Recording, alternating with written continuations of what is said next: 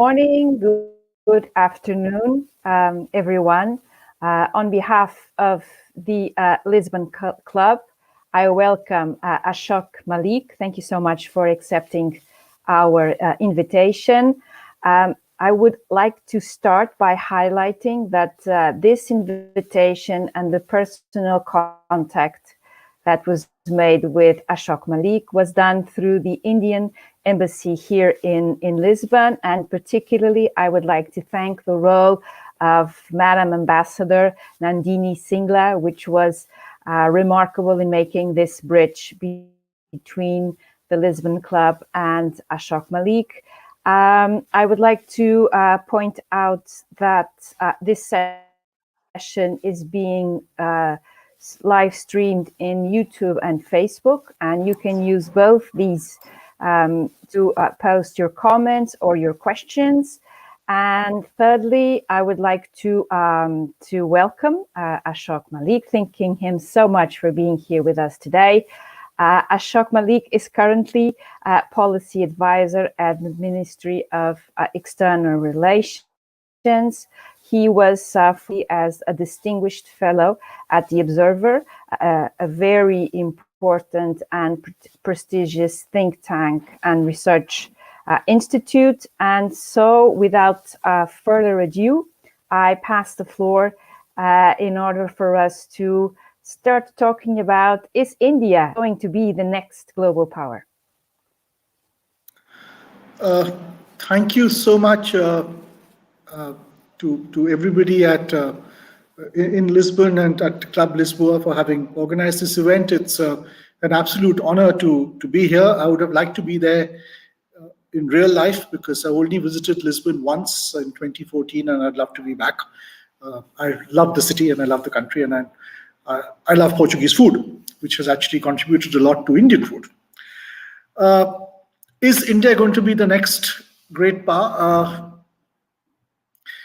Well, I'd leave that question for others to answer. I will just tell you about how we are preparing for the challenges of today's world and of the coming world. We are meeting at the end of a very unusual and an unusually challenging year. We are meeting at the end of a year when we know we've all lived through history, but we are not certain about where history wants to take us. And this is pretty much a predicament that most of the world's countries find themselves in, including India. For India, this year has been a wake-up call in many respects, as it has been for many other countries. It has not created a new foreign policy or a new foreign policy approach as much as sharpened trend lines which pre-existed. What am I referring to when I talk about trend lines that existed?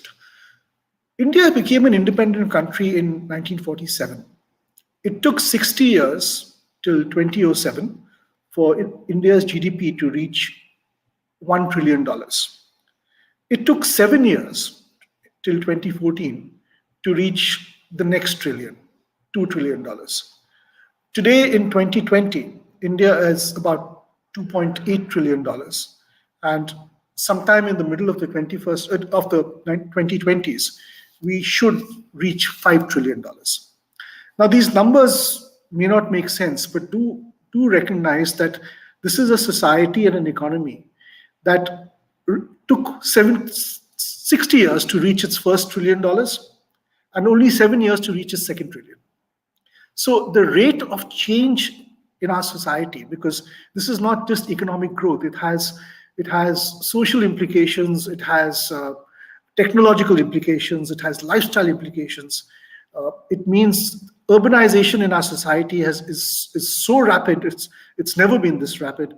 It means the demand for public goods and services is so rapid and so ambitious that it's difficult for us to almost cope with it. And that explains the restlessness and the ambition in India, both externally and internally. Our foreign policy has had to reconfigure itself and reimagine itself to serve a country with such restlessness and such ambition and such growth. So if I could categorize our foreign policy pillars, which would tell you where we are headed as a society and an economy, and whether we will become a great power or not. I would categorize our foreign policy and our foreign policy challenges in 6 buckets. Number 1, as I said, is to facilitate India's modernization, its economic growth and development, its environmental consciousness, its gender equity, its education and skilling, its embrace of technology, its urbanization, because this is a society where officially about 35 or 40% of our people live in urban India, but which sees cities contributing over 50% to our GDP and going up to 70% in the coming years. And we've never had this sort of a frenetic pace of urbanization, which means we need to reinvent our cities, for which, again, we need support from global partners who have more experience in such matters. And at the bottom of the pyramid, we are committed to reaching the Sustainable Development Goals by 2030. We are well on our way to this, but the coronavirus has interrupted this process, and we don't know. It will not delay it beyond 2030, but it is challenging our timelines. The second goal of our foreign policy really is to make India a part of the global economy, while recognizing and protecting India from some of the excesses of the globalization model we've had, which has tended to favor sourcing from certain countries, certain geographies, and has hollowed out some of our own capacities. We've seen this especially in the case of critical goods, especially even masks or health health goods and medicines in the coronavirus period. India has tried its best to contribute to global supply chains in pharmaceutical drugs and health equipment. It wants to contribute further to global supply chains resilience while building capacities at home and integrating India to global value chains. So this is another big ask of our foreign policy establishment. The third is more traditional, security. India is a country that is both continental and maritime. We are a neighbor of Eurasia and Central Asia. We are also a neighbor of the Indo-Pacific, in fact, central to the Indo-Pacific, because we have a vast coastline to our east and to our west. So securing ourselves from the challenges in Eurasia, in Afghanistan, in Pakistan, and terrorism, which is a continental scourge, as well as contributing to an open, integrated, free and rules-based Indo-Pacific, which contributes to 90% of our trade, is central. And we want to be a net security provider in this area. Fourth, we want to contribute along with countries such as Portugal and those in the European Union, which also place great emphasis on values and norms. We want to contribute to reformed multilateralism and to uphold the global commons. In our immediate region, in the Indo-Pacific, in the UN system, which frankly is dated and needs to be made 21st century compatible. As a first responder in humanitarian assistance and disaster relief operations after earthquakes or cyclones, which we have done successfully from in geographies as far apart as Sri Lanka, Indonesia, and Mozambique. And we did so this year during the pandemic when we kept supply lines open and health support open to countries as far apart as Maldives and Kuwait and the Gulf states. And of course, in working with countries such as Portugal towards climate change, combating climate change. And it should tell you something about India that the first international organization India set up and now host is the International Solar Alliance. It is not a conventional military alliance or a security-based institution, but it's an institution that seeks to promote renewable energy. That is the sort of country we are, and that is the sort of foreign policy we like to promote.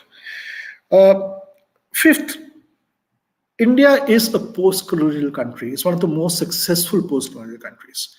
We will never be what we are if we are not in solidarity with the global South, with countries from Latin America, Africa, and Asia that have shared our colonial experience, that have shared our developmental experiences and challenges, and that seek to rise in the 21st century as countries that can provide goods and services to their people.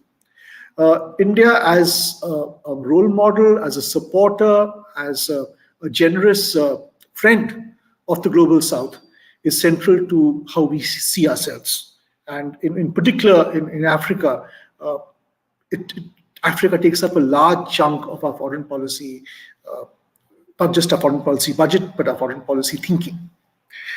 And quite frankly, through all of that I've mentioned, to go back to my initial remarks or my initial mandate, our mandate is to contribute to the well-being and security of our people in the broader sense of the term. Not just in terms of conventional security, but frankly now in terms of ecological and health security too. Because the pandemic has been a wake-up call for us and our people. In this, of course, we lay great emphasis on our partnership with European countries, particularly Portugal. We are blessed and fortunate that the multilateralism process is being sought to be upgraded and reformed, as suggested by, among others, our Prime Minister Narendra Modi, at a time when the UN Secretary General is a very distinguished Portuguese statesman who shares many of these concerns. And we do hope to work together with him and with Portugal when India enters the UN Security Council for a 2-year term on 1st January 2021. 2021 is also the year when we'll have the India-Europe Summit to be hosted in Portugal. It was held this year virtually. It will be held in Portugal in 2021. And in a sense, it will be a homecoming because, unless I'm mistaken, the first India-EU summit in the year 2000 or 2001 took place in Portugal. Portugal is, in a sense, our first port of call historically in Europe, because the modern sort of interaction or engagement between Europe and India begins with the arrival of Vasco da Gama to the western coast of India in 1498, and it was apposite that 400 years later, the first India-EU summit took place in Portugal, and it will be even more apposite that the first post-coronavirus summit will take place in Portugal. And Vasco da Gama's arrival 500 years ago set off a great churning in global history. I'm hopeful we can do it all over again, this time as partners. So I'd like to stop there. I'll be open to questions because, there's this old joke, as I was mentioning to someone, that given a mic, the Indian doesn't know when to stop. So I will stop here and I will open myself to questions. Okay, thank you. Thank you very much. First of all, for keeping up with your time, unlike the traditional joke. And secondly, to thank you for such insightful comments. I would perhaps like to start by emphasizing again that everyone who is listening and attending our Lisbon Speed Talk can post their comments and their questions either on YouTube, Facebook.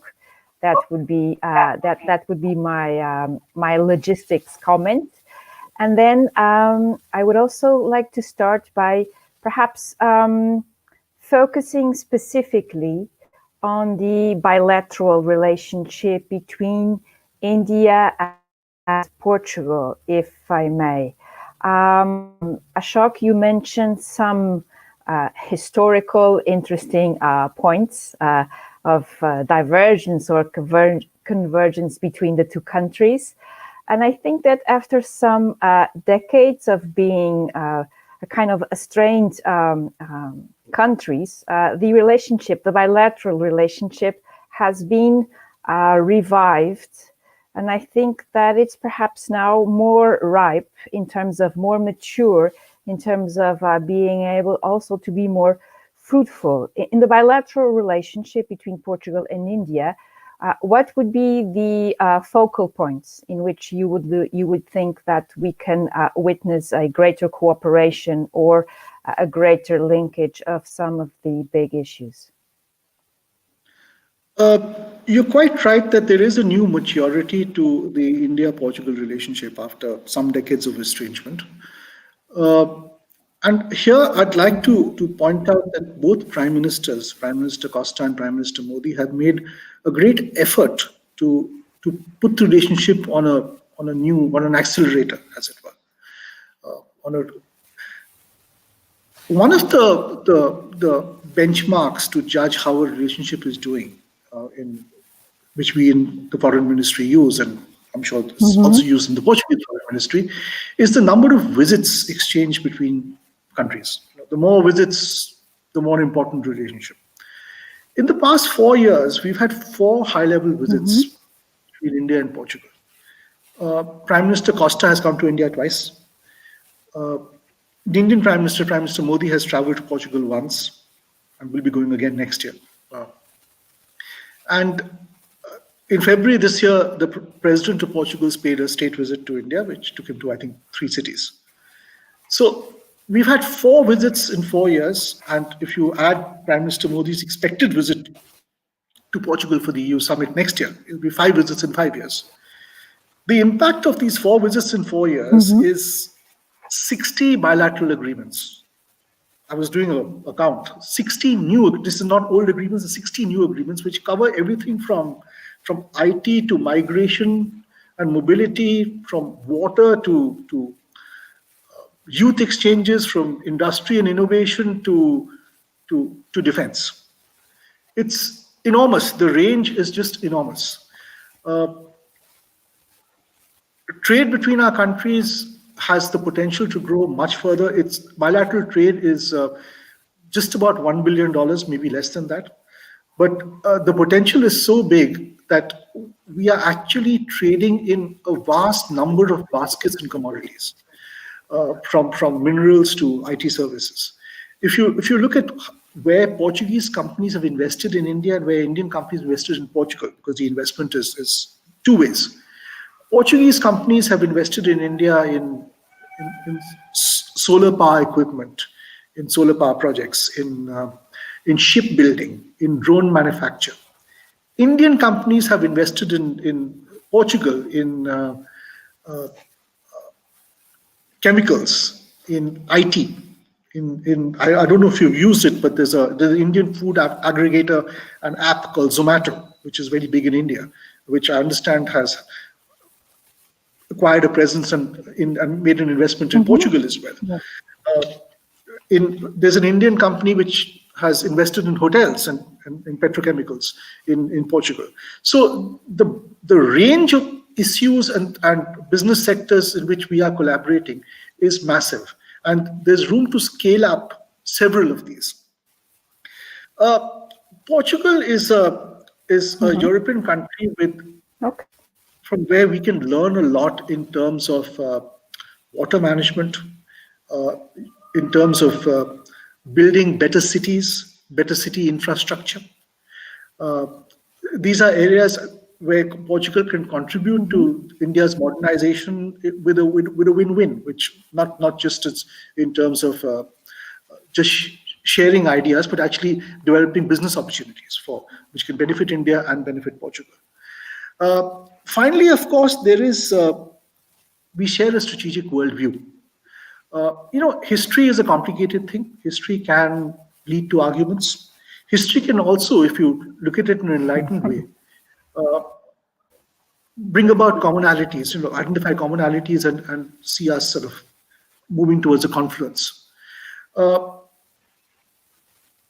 We talk about the Indo-Pacific today as this great region which everybody is concerned with and everybody has a stake in. And there's a reason for that, because 2/3 of the world's trade happens through the Indo-Pacific. Some 60% of global GDP travels through the Indo-Pacific.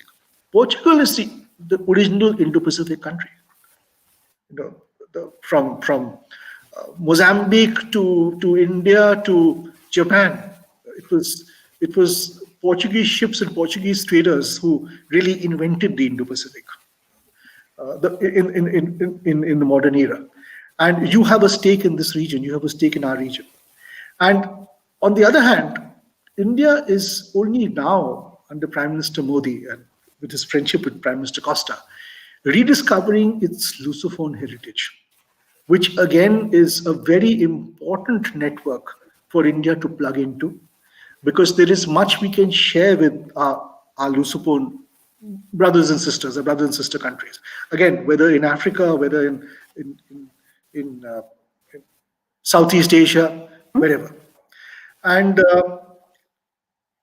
there is work we can do together, not just for ourselves, but in third countries. For example, we can take our developmental partnership to third countries.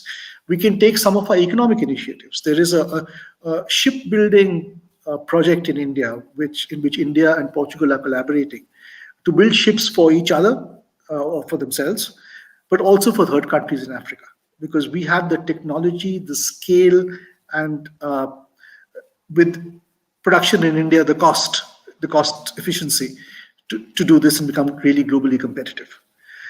Finally, of course, the importance of norms in the global commons, and particularly in emerging technologies and the internet, is something we share and we have discussed very often. I know this concerns Portugal a lot. It concerns India a lot too. And together we can do wonders. Yes. Oh. Thank you. Thank you very much. I think that's. I think most of us did not really know many of these dossiers and many of these issues that are being currently developed within the relationship. So I think that's a very good starting point. I have so many questions here on the comments, but I do think that they can be congregated into two different sets. The first one concerns the country that we are all directly talking about in the world, which is China. And in that sense, how do you see the evolution of the bilateral relationship with China that has, I would say, to put it mild, many years ahead, and not just for India, but for other countries as well? And the second set of questions regards, it has to do specifically with one of the points that you have, which is to modernize an open Indian economy in the sense of the globalized, taking some precautions regarding some of your sectors and some of your industries. And if you could please elaborate a bit more on these two, I think, kind of two big issues that have been coming up here in the questions and comments, please. Okay. The two are separate but also related. China has progressed enormously in the past, and it's in the past 20 or 30 years. It's been a very, very impressive social and economic evolution and growth in that country, which all of us admire. It's perhaps easier to admire it and easier to live with it if you are 1,000 miles away. As it happens, we share a border with China. So when there are two powers rising at the same time, China faster than India, but India as well, it does sometimes create complications. We also have a land border, which most countries don't share with China. We do, which is not always demarcated and often disputed. We've managed to keep the border dispute in control all these years, and that's given us space to cooperate in other areas, especially in the economy. This has been true for the past 20, 25 years, where a stable, peaceful border, not agreed upon, but peaceful and stable, has allowed us to cooperate in other areas. What happened this summer was that tens of thousands of Chinese troops who were exercising in a region in China close to the border suddenly turned and arrived at our border. This was the biggest mobilization, frankly, in independent Indian history. I can't think of so many troops being there at any other time. You need to really go back deep into our history to find an equivalent. Because they mobilized, we also mobilized, and we've been there ever since. This has made things very complicated for us because obviously if the situation at the border is not peaceful and not stable, it will have implications for other aspects of the relationship, including economic and social and people to people. We also had a violent incident wherein 20 Indian soldiers were killed and a certain number of Chinese soldiers were killed. We have an idea, an estimate as to how many may have been killed. We have a range. We don't have an exact figure. The Chinese have not revealed figures. We've, of course, revealed figures. We've revealed identities because we have to. This is the first. These are the first deaths on the India-China border in about 40 years, and as you can imagine, it's complicated matters. We are working towards a resolution, but we are still befuddled as to why the troops arrived there at the border in the first place and what message China was trying to send. This has led to some realism on what China means. It's also complicated things for us domestically because I'll give you one example. Cricket is a very popular sport in India, as popular as football is in Portugal, or soccer is in Portugal. Our biggest cricket tournament is the Indian Premier League, which is a huge tournament here. It was played this year in Dubai in a bubble situation, not in India because of the coronavirus. The principal sponsor of the IPL was a Chinese company, and public pressure, consumer pressure, led to the Chinese company having to stand down and sponsor, and the Indian Cricket Board asked them to stand down. So even something as popular as cricket, a huge sport, a huge tournament, suffered because of an association with the Chinese brand. Now, we are not happy with that situation. We don't want it to occur. But if the situation at the border is not stable, you will have such a pushback from within society. And that's just an example of what may happen. In terms of the other question on globalization, look, India welcomes globalization. India has been one of the biggest beneficiaries of globalization. There is no question about that. We are a very open economy. If you look at these business sectors in India that are open to foreign investment, practically every aspect of our economy, from mining to aviation to technology to media, is open to foreign investment. And in fact, foreign investment has been coming in at a fairly appreciable pace even during the coronavirus, particularly in the digital and technology sphere, and even in something like airport management. In fact, we use Portuguese facial recognition systems in some of our airports. That's another area of collaboration and business for Portuguese service providers. But what we found in the past few years is that the current model of globalization has perhaps been gamed by some players. It has also led to a lazy assumption that if you run out of particular goods or services, particularly goods, they will miraculously appear from the lowest cost provider wherever he or she may be. Generally speaking, in China or in that region. Now, this was something which didn't quite happen this year, because we found ourselves, as did many other countries, lacking something as simple as masks or PPEs, protective equipment in the face of the coronavirus, or ventilators.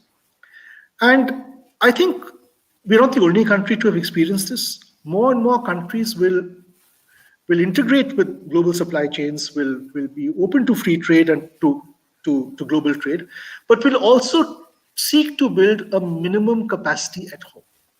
So let me give you one example. Mask. In March this year, there were 2 companies in India producing masks, just 2. As in producing N95 mask or mask to be used against in a pandemic situation. And even those companies had to import certain elements for the mask from China. Now we are producing so many masks because domestic entrepreneurship has taken over that we are actually sending masks to other countries, both commercially and as gifts. We sent masks last month to Philadelphia, for instance, for their health workers. If you look at PPEs, India has a big textiles and sort of clothing manufacture sector. They weren't selling as much during the coronavirus because global trade shut down. So many of them switched to PPEs. Today, there are over 100 companies making PPEs. Now, many of those companies will go back to making raincoats or T-shirts after the coronavirus is over. But maybe 10 companies, 20 companies of those 100 will say, let's add PPEs as a product category to what we produce. Or look at ventilators. We were horribly short of ventilators. Today, we have 48 companies producing ventilators. Many of them are from the automobile sector, which have improvised their plants, as they have in the West, to produce ventilators. When the coronavirus ends, many of the 48 companies will go back to making auto components or whatever else they were doing. But maybe 7 or 8 will say, let's also make ventilators because there's a market here. So more and more countries, including India, will embrace globalization, will embrace trade, but will keep aside a just-in-case production capacity at home. And that is the big change that this year has brought about. No one will make the lazy assumption that if you run short of something, it will miraculously and seamlessly arrive. Because this year, it did not miraculously and seamlessly arrive. We found ourselves short of goods.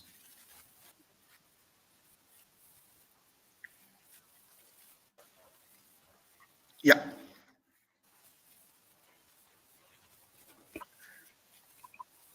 No, that is, that's a very good point. That actually is also followed by an enormous discussion within the European Union, within European countries, as to the point of including these health issues within the strategic discussions within our countries and also within the European Union itself. So in that sense, not being wholly dependent on foreign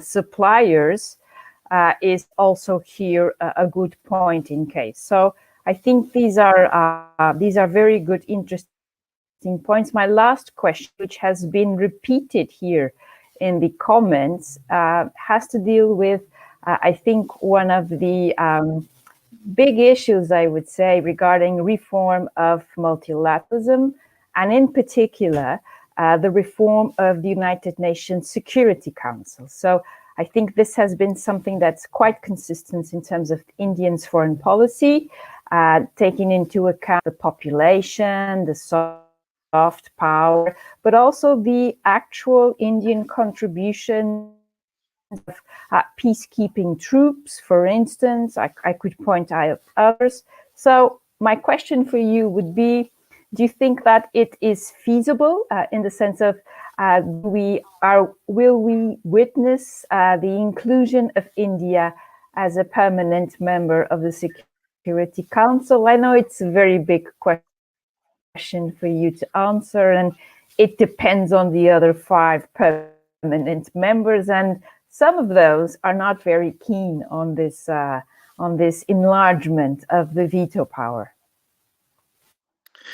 You know, I appreciate that if you have a veto, you will not want to share the veto. It's a natural human instinct. Individuals have it, countries have it. But quite frankly, if the UN system and the multilateral system does not reform, it runs into the danger and the risk of becoming irrelevant. It's happened earlier in history. It's happened with Ashok. Are you with us? Yeah, I'm with you. I'm with you. Can you hear me? Can you hear me? No, it's just a comment.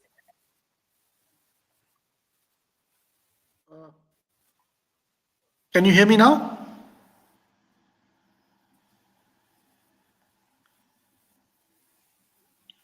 Am I audible? Should be.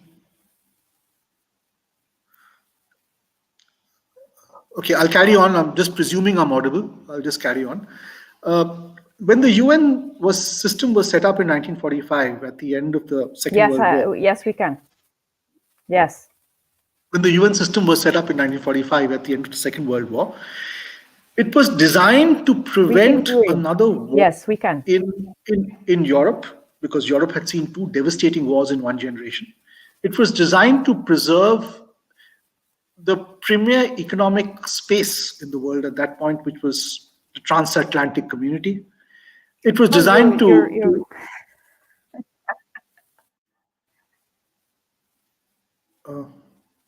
sorry, am I audible?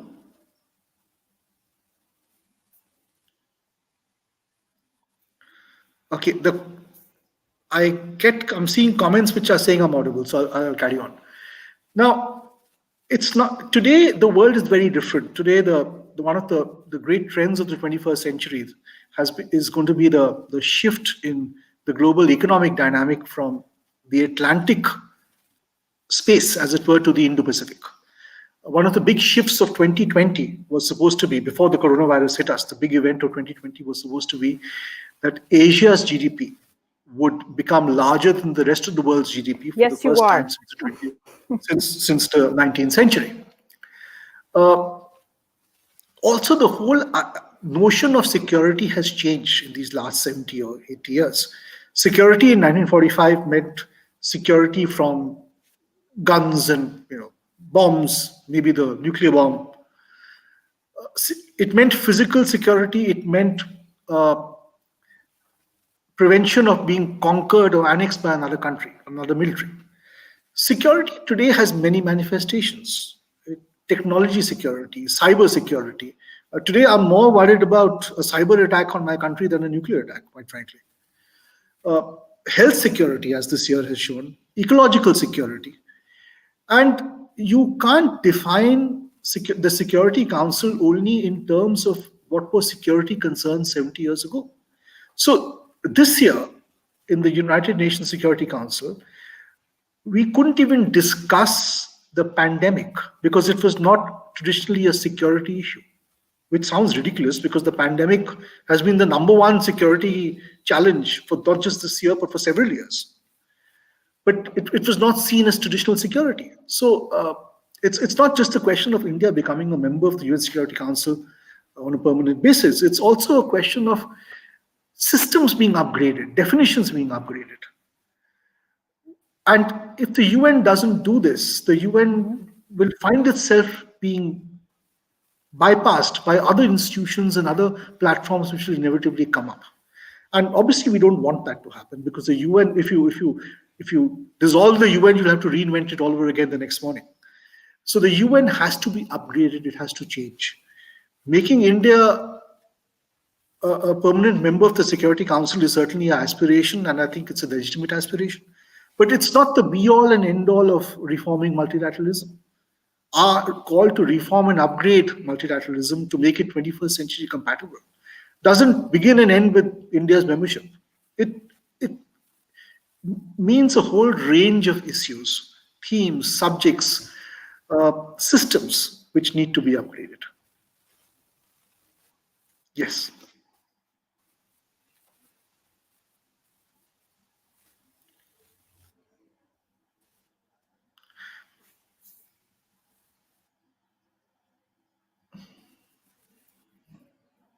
Sorry, I can't hear you. I've lost you.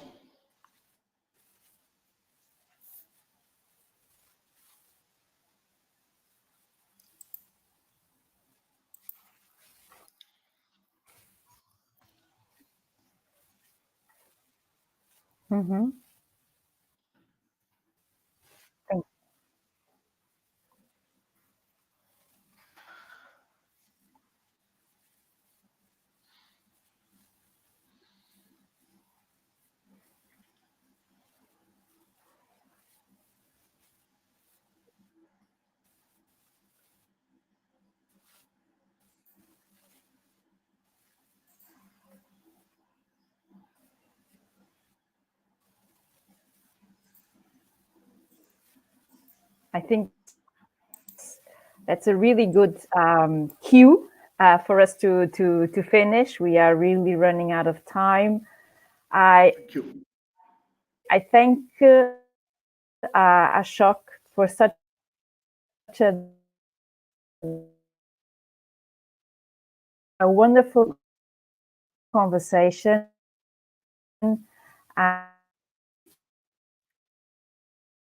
Insightful remarks regarding the need to reform multilateralism and multilateralism in terms of 21st century security, economics, and the social dynamics of the century. So, thank you. Thank you so much. I'd be glad to be back maybe one day physically. In that sense, thank you very, very much.